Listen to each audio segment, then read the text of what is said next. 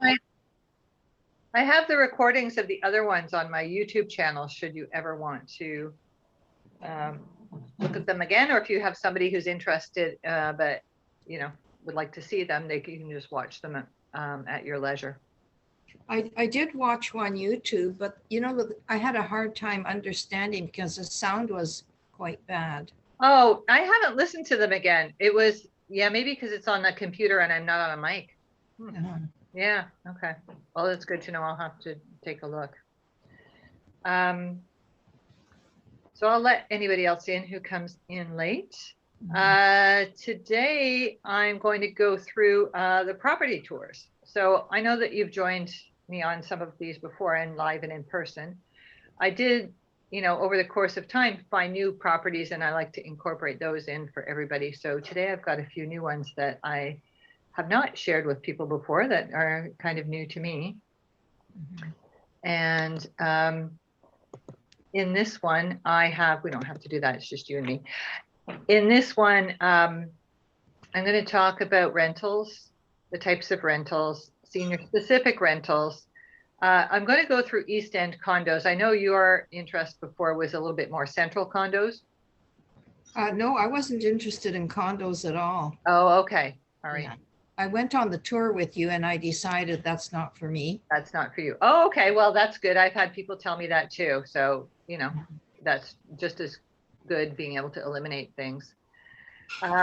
So I am going to talk about life lease properties today a little bit more extended than I normally do, because I found some new ones that are in and around Southern Ontario. And so we can, if it's just you and me, we can skip through the condo part, then I can just do a little shortened version. And then at the end, I'll talk a little bit about, how to make a decision of what to do first, costs and timing of them, and some solutions that, for creative solutions to problems, if you're feeling that maybe that's a lot of pressure and you can't figure out how to do which step first. Some things that have worked for clients. So are you open to talking about rentals? What's your interest level? I think if I moved from my house, I would want to buy another house. Okay. I really like the South Etobicoke area. Okay. Yeah, it's like cottage country there. Oh, in like Mimico, down by the water? Yeah. My son lives down there and I really like it. Oh, okay. There's a feeling of community, and people are so friendly down there, honestly. Oh, wow. I just feel isolated. Like, I've been living here at Birchmount and Finch for decades. Yeah. And the area has changed, and I just feel like I'm so isolated. Yeah. I don't know my neighbors except 1-2 doors down. Yeah. And, that's about it. Okay. There's some more people. Yeah. And you know what? That's what happens, right? When neighborhoods change. And I mean, even our neighborhood, I've only been here 15 years, but the kids that were my kids' friends have all grown up, and now there's a new lot of kids. So we're lucky we have people on the street, but that would be, that's something that really motivates people to change, is wanting that sense of community again. Yeah. And have you looked at houses down in that area? Well, when my son was buying, he bought, I don't know, it's been quite a while now, maybe 10 years ago. Yeah. I went around with him, but this is the one that you're not interested in anyway. I can't hear you. This is the one you're not interested in anyway. No, she might. This is the one where they might have our book. No, next week is the books. Okay. So you may not be interested in this next week. What are we? Oh, rental? Nope. I'm interested. Kay's interested, so I'll be quiet. All right. Okay. Kay, it's you and I and Judy. And Judy was just talking about Mimico in Toronto, how she really likes that neighborhood in terms of, where her son lives, and a nice sense of community. I do find that the West End is more expensive than the East End of Toronto. Oh, is it? It is, Judy. Yeah. And so they do have those little kind of cottagey type bungalows in there that are really nice. Mhm. As for, buying something in that area, I don't really know what the prices are like now. I do know that they have smaller bungalows in there because they have 2-bedroom ones and like kind of post-war bungalows and some cottage properties down near the lake. Mhm, mhm. Yeah. So what I can do just as an aside, just take a look through what's going on, and I'll email you some, because if that's specifically where you're interested in, just so you can get a sense of, where the prices are at there. Okay. Would that be interesting? Would that be good for you? Yes, I would. Like if I moved from here, I would move there. Yeah. I'd be closer to my kids too. Yeah. Yeah. Okay. And I'm sure there are places like I'm going to talk about now, which is more focused on a little bit on the East End in Durham, because that's where I know, but there may be some of what I'm talking about in that neighborhood or in the West End that, I can always do some searches. But this talk, I'm really going to talk about a lot of the properties are in the East End, because a lot of people, want to stay in their current neighborhood. Mhm. And most people I've been speaking to are kind of in East Toronto. Yeah, that'd be interesting as well. Yeah. Not for me though, but just to know for Yeah. information. Okay. All right. So I was giving you permission to, not have to hang around if you didn't want to. That's all. But if you'd like to listen, then that's great. Yeah. Okay. And Kay, we're going to talk about housing today, and I have 3 sections. So one is on rental choices, one is on life leases and land leases, and one is on condominiums. Mhm. If you're interested in condominiums, Kay, I will include that. Judy's not, so I could skip over that part. I'm not interested in them either. Okay, well then I'll skip over that part, and then we'll just take a look at rentals, and we'll take a look at life lease properties. And then making some choices on how to work that out. And lots of people don't want to own when they sell their big house. They feel that renting and the ease of renting is where they would like to continue on. But it's a little bit different than when you maybe rented when you were in college or a young adult, and what's available right now is different. So there are private rentals, so just renting a condo from somebody. There are seniors lifestyle rentals, so apartment buildings specifically made for rentals for seniors that are age restricted. I will tell you, my experience is anything with the word lifestyle in it is ka-ching, ka-ching, right? That's another word for a lot of amenities and things that you pay for. So retirement residences, which I'm not going to talk about, but that's also a rental choice.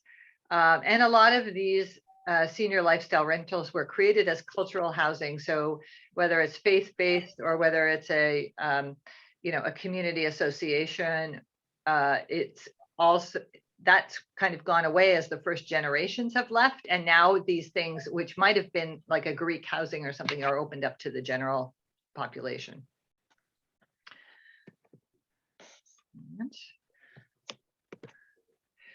So when you're talking about a rental, what you can expect is paying your monthly rent every month on time. If you're renting privately, sometimes utilities are included, sometimes they're separate. If you're renting a condo, that depends on the maintenance fees for the condo, because that is the landlord's ticket. And then anything outside of that becomes the tenant's pay for that. If you wanted to move downtown, a lot of times parking is an extra fee to a rental. And in general, rentals are governed by the Residential Tenancy Act, which has a couple of different components to it.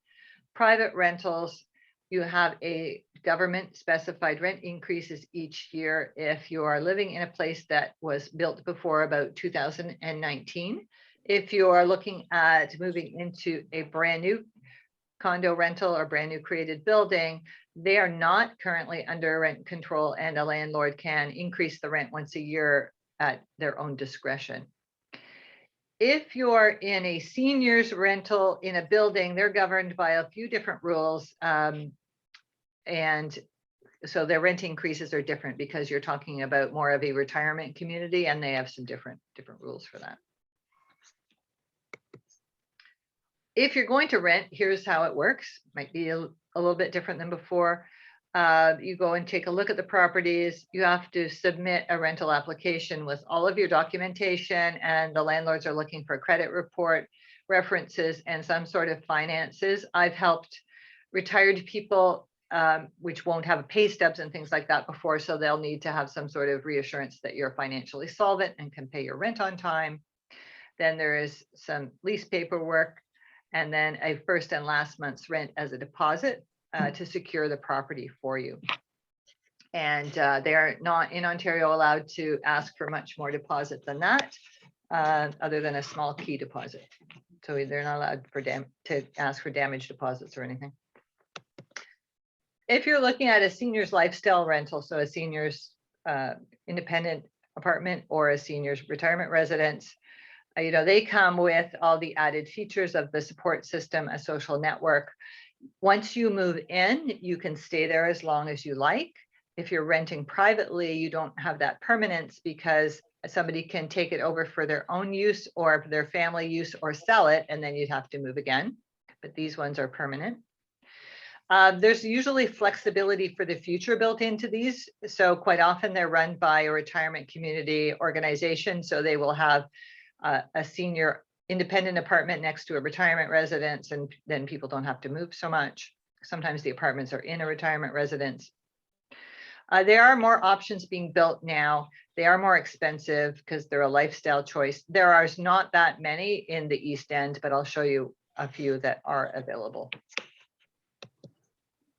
So what is for rent? I'm going to just show you an idea of what I'm talking about in the seniors independent apartment rentals.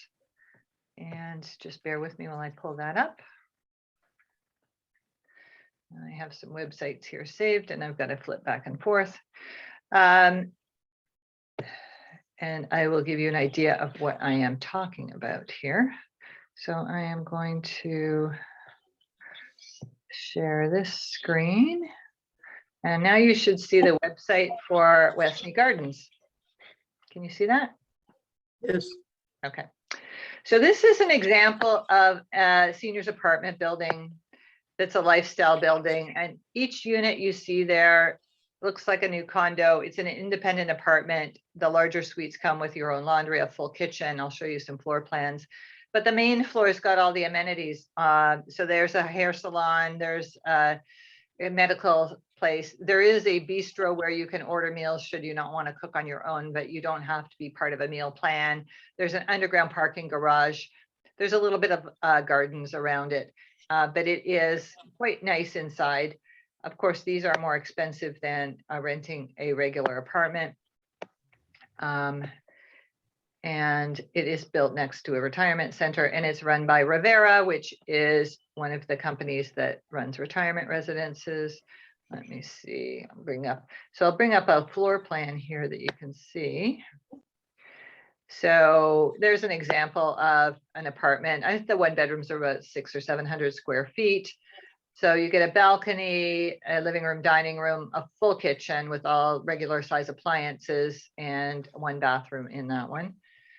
And generally, they charge you an extra occupant fee if two people move in together. And let's see, there was a little tour that I had before that you could see. They look like a modern. I mean, they're about 3 years old, so they are pretty modern inside. Okay. Oh, 3D walkthrough. I just saw that. There we go. So this just gives you an idea of what they look like in one of those cool 3D tours where you can kind of spin around and walk through. Now, you can see it looks like a condo. It's got a full kitchen. So in a retirement residence, you don't get full-size appliances, and you get washer and dryer and everything. The drawback here is that it's a pretty car-dependent neighborhood. It's at Taunton and Westney, and there's not a lot around there you can walk to, but they'll arrange for bus trips for people. All right, so that's Westney Gardens. There's a few other of these available. There's one at Lawrence and Don Mills that is a converted apartment building called Don Mills Seniors Apartments. That's also run by Rivera. And one of my clients moved in there and quite likes it. It's a little less fancy than that one that I just showed you. And then there's a new one that was just built called Bloom, which is across from the Oshawa Mall. So that's an idea of what seniors rentals are like. There's not a lot of them around, and there are seniors rentals that are kind of city run, but there's usually long wait lists for those type of properties. If you go outside of Toronto into smaller neighborhoods, they have a lot more choice for seniors apartments, and you can get on a wait list, and they're less expensive too. Okay. So freehold properties, houses, typically what you're already in. There are condominiums, and there are condominiums in lots of different shapes and sizes. So there are condominiums that are bungalows. There are condominiums that are townhouses. There are condominiums that are an apartment style. So there are also, in a couple of places in Toronto and Ajax, condominiums that are freehold houses with a yard and everything, but they are part of a condominium complex, and so they look after the lawn care and things like that for you. So there's lots of different condo options that aren't your box in the sky.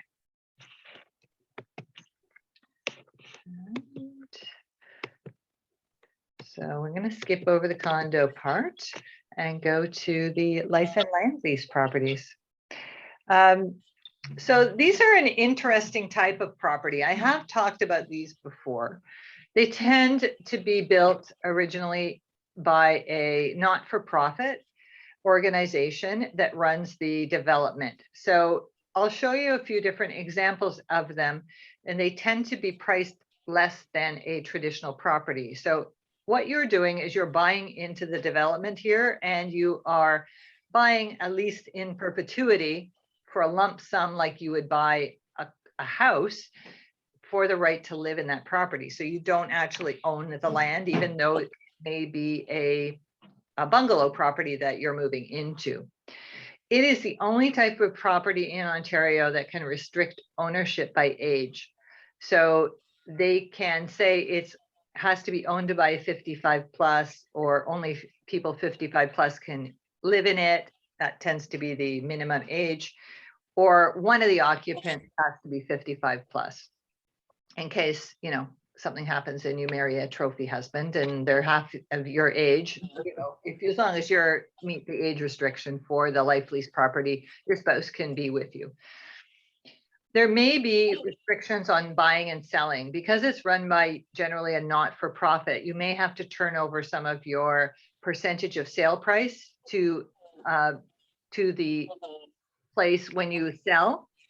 And in some cases, when you buy, and I'll show you a couple, you have to buy only from that developer. You can't use a real estate agent. They've got an exclusive agreement with a sales team for that. So each one's run a little differently. It's like buying a condo, but there's a few different forms. Generally, the benefit is it is much lower cost than a similar property that would be either freehold or a condominium. And in some cases, they are lifestyle properties. So you've probably heard of Wilmot Creek, which is in Newcastle. It's a community of bungalow properties, you know, centered around a golf course and active living, but the properties themselves are not terribly expensive to buy compared to a regular bungalow. You do have monthly maintenance fees. You don't have land transfer tax when you buy them. And you may or may not have individually metered out property tax. I'll show you a few of them and you'll see that they're a little bit different, each of them. So it's similar to buying a condo in that because it has that monthly fee, a lawyer should be reviewing it to make sure that you're happy with the purchase and you understand in detail the terms of selling it, whether there's any fees involved that have to turn back, and whether you can bequeath a property like this, or whether you have to sell it when you pass away, because there's some differences depending on what the development is with regards to that specific thing. Nice. So I'm going to show you now, I'm going to show you a couple of things. I'm going to show you some that are on the market and what they look like. And then I'm going to show you some websites for ones that get sold privately, especially there's one in Whitby that gets sold privately to give you an idea of what these properties look like. So I'll open up the life and land lease. So the first one's in a low-rise building in Markham, Anna Russell Way. And you can, the first thing you see, can you see now that, oh, maybe you can't see the listing. Hang on a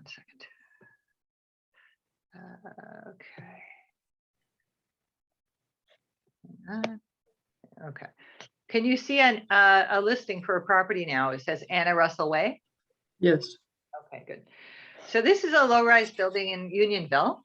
You can walk to Unionville Main Street, which is quite lovely if you've been there from this building. It's tucked behind Highway 7. It's in a very unique community. Behind this, there was some seniors bungalows that's being redeveloped. Haven't been up there for a while, so I don't know how far they are with, they were building some senior rental apartments behind it where the bungalow properties were, but this property is tucked behind Highway 7, just on the west side of Unionville Main Street, which is a lovely neighborhood. This development's called Wyndham Gardens. You can see in the listing here that they have no property taxes with this property. The whole building has property taxes, and that gets parceled out depending on your ownership and added to your monthly fees. And I'll show you the pictures for it, but this one is on the market for $488,000. It's 2 bedrooms, 1.5 bathrooms, and it's over 1,000 square feet. So that's a very low price for that size of property, especially in Markham, which is expensive. Maintenance fees include the property taxes. They are shown down here. They're $1,083. It includes all of your utilities and your property taxes and a parking spot in that. So what do they look like? So there's a little building. This one I'm going to show you is a garden suite. So it has a walkout to a patio. The thing about this building is not a lot of them have balconies. You either get some balconies on the top floor or balconies or walkouts on the terrace. So that's the lobby. And there's not a lot of amenities. It's fairly, it's nice, but it's fairly Spartan. There's no swimming pool or anything. And here it is inside. This one has had some updates to it. I think they were built in around the 90s, maybe late 80s. You can see it's pretty spacious. And the nice part here, you've got the sunroom and you can walk out and you've got a little space for a patio and to plant some flowers. Fully equipped kitchen. Large bedroom with walk-in closets and bathrooms. Those bathrooms look like they haven't been updated yet. So you get a sense this one's got an updated bathroom with some, safety features in it, some accessibility, and your laundry ensuite. So it's a full condo, and there's the walkout. So nice and private. They've put up those tulip things, I guess, to give you some privacy. There is some parking around the building, so I guess it protects it from that. So that is the first one. The next one, I'm going to pick and choose. I'm going to 3 or 4 in total here, not all of them. So the next one is Old Kingston Road. So, okay, that's probably the closest one to us. Yes. If you know Old Kingston Road. So these are cultural life lease condos that were created for the Estonian community back in the day. And of course, you don't have to be Estonian to live in here now. They have a central atrium. Again, they're fairly modest in terms of what they're like. They're very apartment-like inside, but when I show you the price, you'll see that they're very inexpensive for the size. So little kitchen. This one's not updated at all. Bathroom. Not much to look at in this one because it's fairly sparse, but it's a 2-bedroom, essentially a 2-bedroom condo for less than $400,000. Again, no no taxes involved, property taxes involved. The maintenance fee is $715,000 and it includes all of your utilities included in that. It is baseboard heat, but your heat's included in your cost. And it's a little self-managed building. So that's a nice little gem to know about if you're looking for something inexpensive or if you know somebody looking for something inexpensive.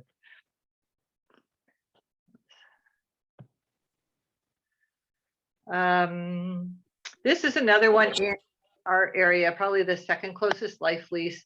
Again, another cultural building. It was created for the Czech community. So, okay, if you know where the Prague restaurant is, it overlooks where the Cedar Brae Ravine is over by Scarborough Golf Club. Yes. And this is a nice little low-rise building that is life lease apartments. They are fully equipped. This one's got some nice updates. So there's no carpet there. You know, a typical condo layout, but again, lower price, large, full laundry.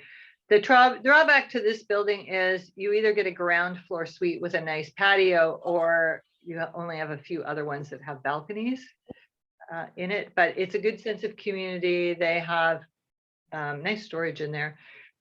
They have a big communal center, so they do activities there. There's a social community so that you've got things to do, and it's very warm and welcoming in there. And the grounds are beautiful because they overlook the Cedar Brae Ravine. And it's again 2 bedrooms, less than $475,000. This one, you can see it does have property taxes associated with the unit itself. The maintenance fees are $705. You need to pay some hydro on top of that. So they're all a little different. And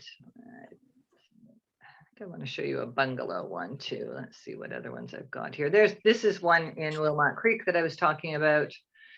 And there's a few sprinkled in northern part of Stouffville and Markham that look like a bungalow townhouse. They are actually properties. So you get a garage with these inside. They're nice little bungalows. They have a full basement. They have a walkout. There's the finished basement. These ones on Norm Faulkner, I think, have a little bit of a higher fee when you go to sell, but they're very nicely appointed. And out of the properties I'm showing you are a little bit newer. And then, of course, you get a garage with it, which is a bonus. So that's the ones that are for sale. Again, $624,000. The taxes are bundled into your monthly maintenance fees here, which are a bit high. So it's $1,600. But I will tell you that if you've paid for this, property with the proceeds of a sale of your house, you will not find something to rent for that price at all. So that's the bonus, that your cost of living is nicer than a rental, and then you have the permanency of staying there. Okay, so the other one that I want to show you is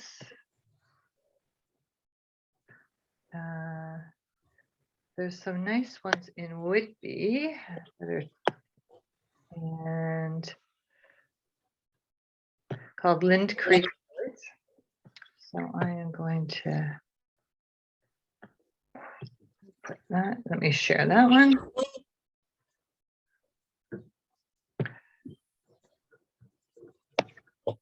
Okay, can you see that? It says Lind Creek Village Retirement Bungalows. Yes. Okay, great. So this is very similar properties to the style of the one I just showed you. It is at Brock and Taunton in Whitby. And so it's tucked in a regular subdivision up there.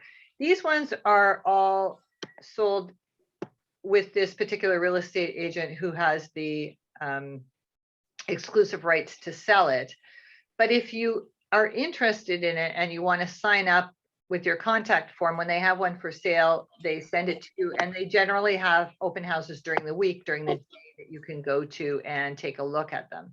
So these ones have sold. They sell pretty quickly. It's very popular and kind of small enclave of homes. I'm just trying to see if I can bring up a tour so you can see what they look like inside. And I had one before. There we go. They don't have any. It's here. I don't think they have any for sale right now. There we go. Okay. So this, I think, was the last one that sold in May.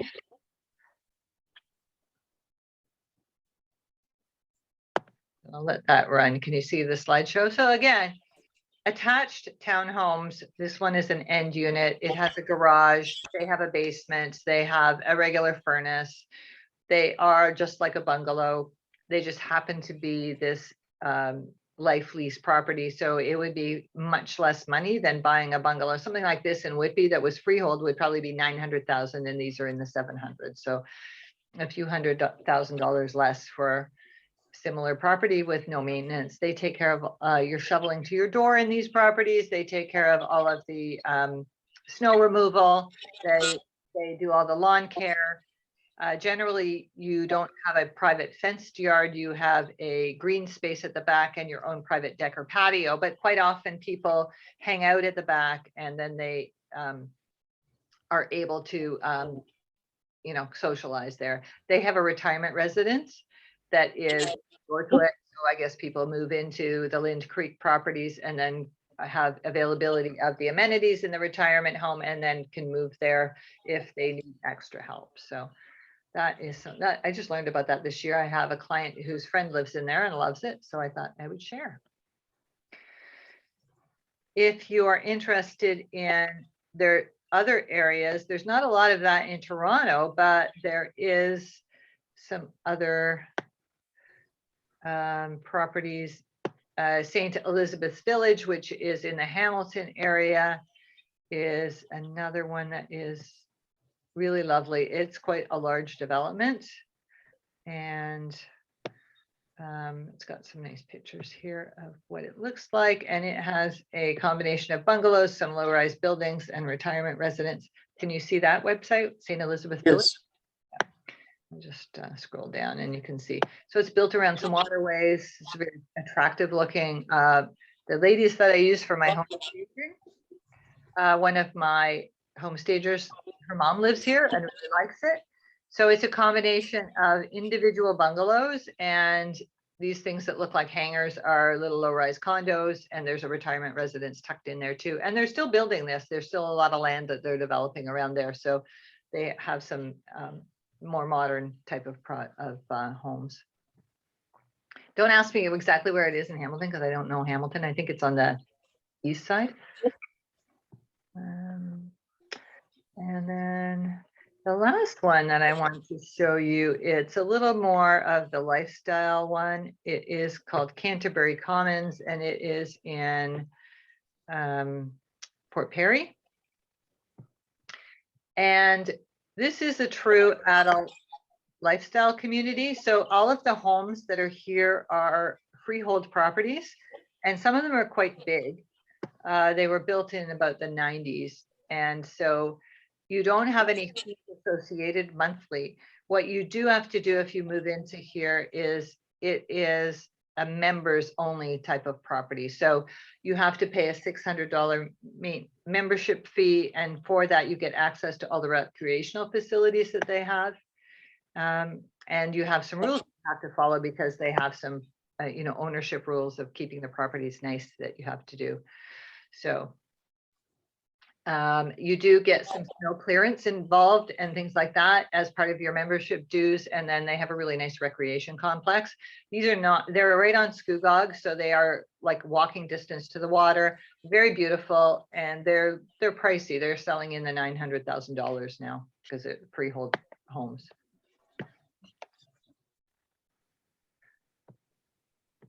So that is my little tour of the. So had you guys heard of this type of properties before? A little. A little, okay. A lot of times people move into them because they have friends that have moved there, right? So there's other places like Swan Lake Village in Markham where my mother used to live that is condos, but it's really a retirement community. They are not allowed to restrict age, but they do have some occupancy restriction.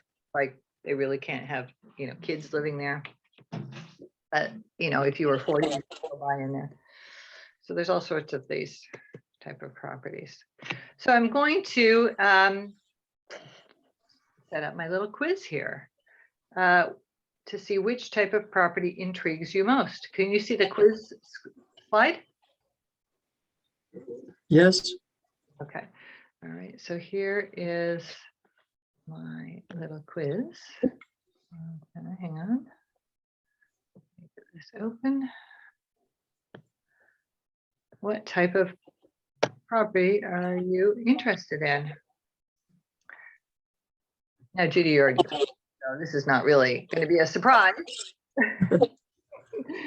I don't even think I put regular freehold houses on here for you, Judy. So there you go. So basically it's K. Do any of these sound interesting to you? They all sort of do. We really don't want to move, but we recognize that we need to move into a place with no stairs fairly soon. Yeah. And we like the area we're in.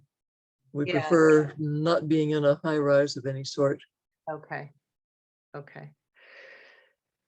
Would you be interested in being, because the single level living in our area, so Judy, just to let you know, case in Highland Creek, you don't have a lot of options that are not condos in a tower, right? Other than what I showed you for those 2 life leases, and they are still in a condo building, though not necessarily on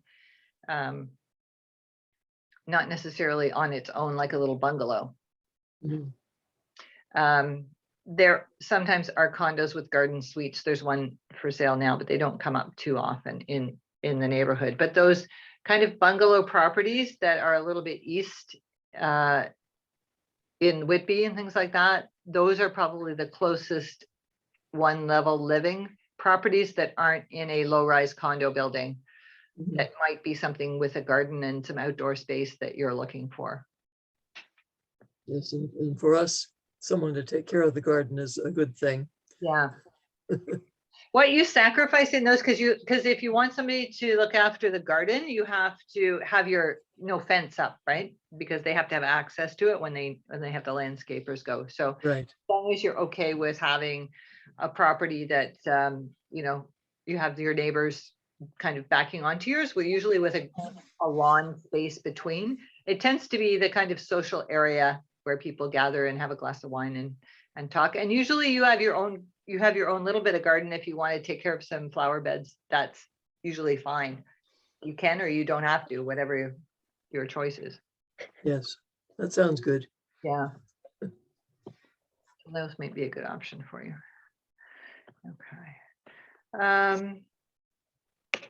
So a little bit about kind of logistics of stuff like that. Let me get, okay. There, can you see a chicken and an egg? Yes. Okay. So in a lot of cases, what happens is I'll meet people and they're not sure how to work through the logistics of what to do first, whether to sell first, whether to reserve a property first, and how that all works. So it's good to think through those things before you act, so you understand the pros and cons of each situation, because everybody is different. And to me, that depends on your risk tolerance and your goals. So if you like to know how much money you have to spend and you want that money in your hands, sell first. So you've got a budget that you're working with and there's no surprises.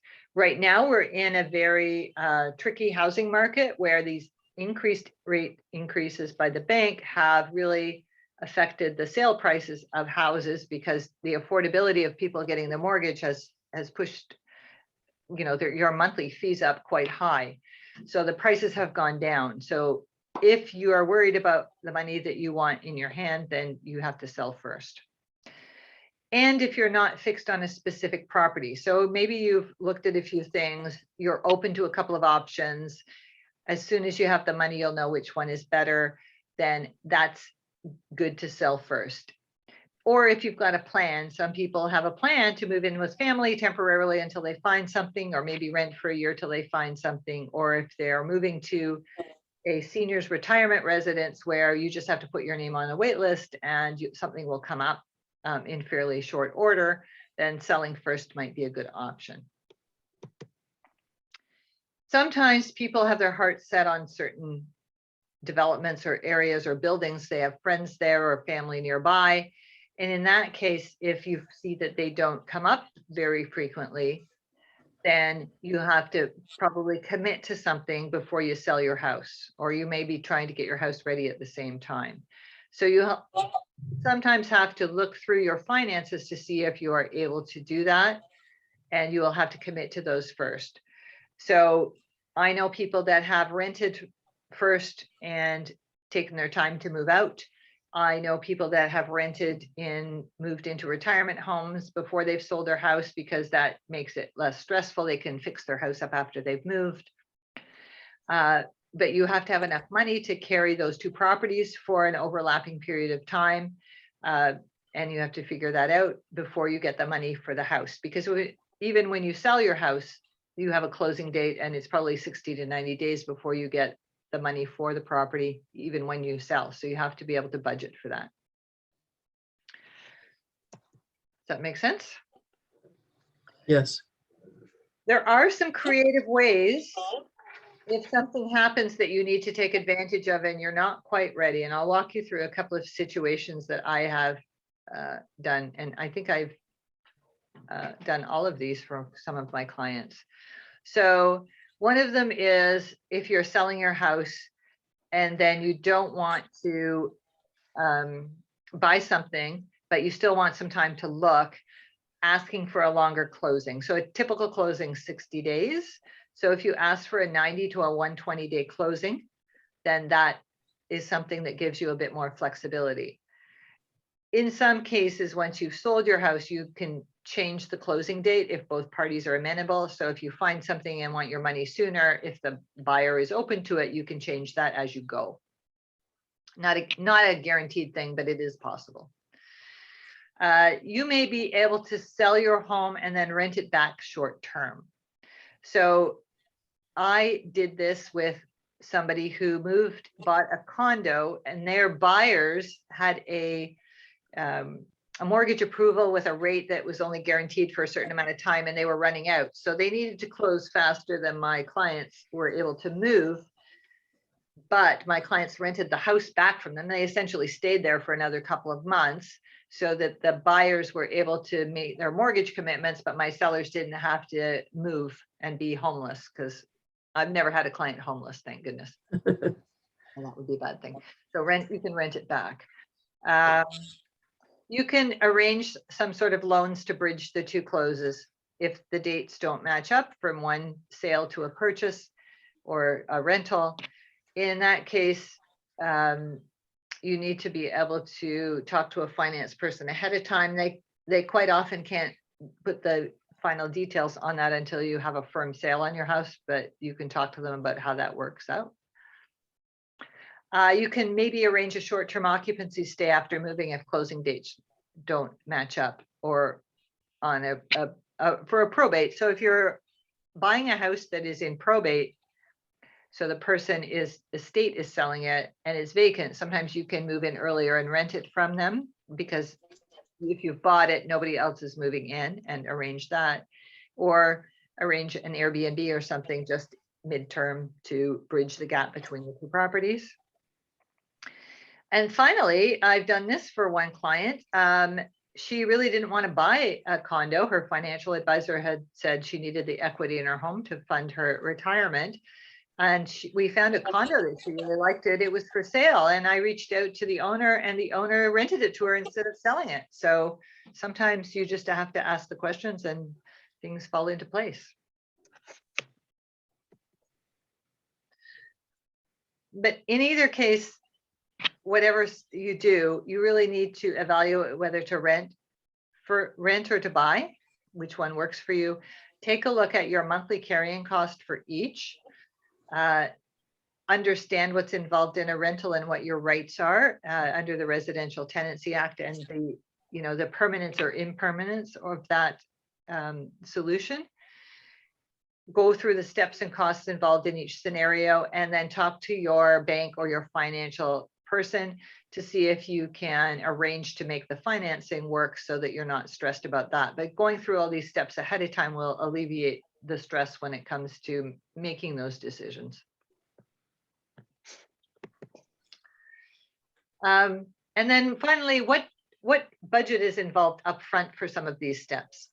So if you're purchasing something, you have to put a 5% deposit down. And that is from when you have an agreement with the seller to the closing date, and then the balance is due along with the land transfer taxes on closing. So that's for a purchase, and that includes a freehold purchase, a condo purchase, and a leasehold property purchase. The difference with that is on your closing costs on a life lease, you don't have land transfer tax. So the government doesn't get their little pound of flesh there because there is no land that you're buying. On a rental, if you're doing a private rental, there is the first and last month's rent that's due to secure it. And then whatever the first day of your lease is, your monthly rental rates kick in. And then whatever utilities there are. If you are going directly to a senior's lifestyle type property, they don't charge a large amount of rent to secure it. They charge a $500 fee to kind of reserve one, and they let you change your mind, where when you're in a lease from a private person, once you sign that contract, you're bound to that lease for whatever term it is. But with a retirement suite, if you sleep on it and have given them the deposit, they'll give you the deposit back, and you really don't have any penalty. You can stay on those wait lists for as long as you want and just make up your mind when the time is right. They're more flexible. And that's it. Next week is the decluttering session with Claire Platt. So I think you've heard her speak before. I have asked her, Kay, specifically to source some places that you can look at that will help you with a book collection. Excellent. Thank you. Good. And otherwise, she'll just be covering the basics, adding in some new resources that she found. I am going to be talking about some resources that I've found since we last talked. And then at the end of that, we're going to have a 30-day decluttering challenge with reminders. Day for a month. Right. But that's okay. There's no house visits for that. You're on your own. You're on your own recognizance. It's the honor system. The honor system, yeah. Yeah, along with books, we're also looking at all of the record albums we have. Okay. CDs and things. Is it any specific collections you have for records? A lot of old jazz, but also stuff that Kay, when she was a teenage girl, was buying at university. So Madhavani and No. you have the stuff like I that. have Madhavani. You had those other core Yeah. singers, but that's all 60 years old. So Okay. that's antiques. A lot of those are quite collectible now. Bring that up when Claire talks, because when she does her online sales through MaxSold, she knows what is hot and what is not. And I think record albums still fit into the hot category because all the cool kids now are back to doing turntables and vinyl. Yeah. And I know a lot of that stuff is Of course, collectible. we also have shellacked and 78s that are over 100 years old. Oh, wow. That I don't know so much about because people don't have the new turntables don't have the capacity, I don't think, to do 78s. No. Yeah. They can't handle the cactus thorn either for a needle. Yeah. Okay, so that's it. Did anybody have any questions? Probably have a lot, but I don't know what they are specifically. You've covered a lot of territory here. Thank Yeah, you very much. and I skipped over the condos. So, Yes, thank you. and then Judy, I'll email you some stuff separately just so you can kind of explore that that neighborhood. Yes, I go down there regularly join in all their activities down there. That's great. So are they on one of the numbered streets in Mimico?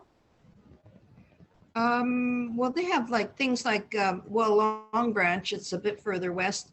They Yeah. have things like Tree Fest and Bird Festival, and they're really into the environment. Oh, wow. Yeah, and how to take care of your trees and tree identification walks and things like that. Wow. That's the kind of stuff I like. Oh, nice.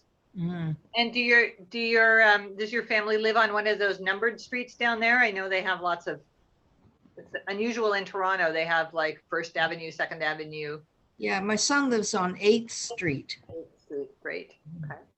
Well, I'll send you a few properties in the next couple of days just so that you can take a look at what's for sale down there and see what the prices are like. Yes, okay, thank you. Is that helpful? Great. Yes, yeah. I enjoy these talks. Oh, good. I'm glad. I enjoy giving them. Yeah. And this one went fairly smoothly, technically wise. And on the 2 o'clock one, I managed to get some of the slides sideways. I don't even know how I did that. But that's great. Thanks for joining us tonight, or me tonight. I really appreciate it. Thank you, Sue. Yeah, thank you very much. Take care. See you next week. Yeah. Next week. Good night. Bye.